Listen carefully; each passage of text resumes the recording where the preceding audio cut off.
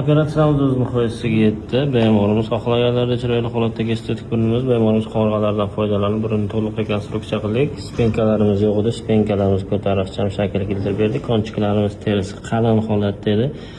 Ko'tariqcham holat keltirib berdik. Qanotlarimiz keng holatda edi. Nafas olishlarda muammo bor. Nafas olishlarni to'liq tiklab berdik. Yuqoridan qaraganimizda ixcham holatdagi burnimiz spenkalari ixchamlashtirilgan, burun konchiklari, qanotlarimiz ham ixchamlashtirilgan. Burun klapanlarini ochib berdik. Yon holatdan ko'rinishi.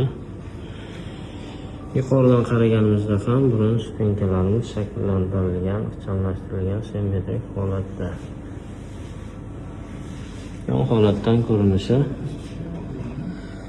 Bemorimiz xohlagan holatdagi funksional va estetik rinoplastik amaliyotimiz o'z nihoyasiga yetdi.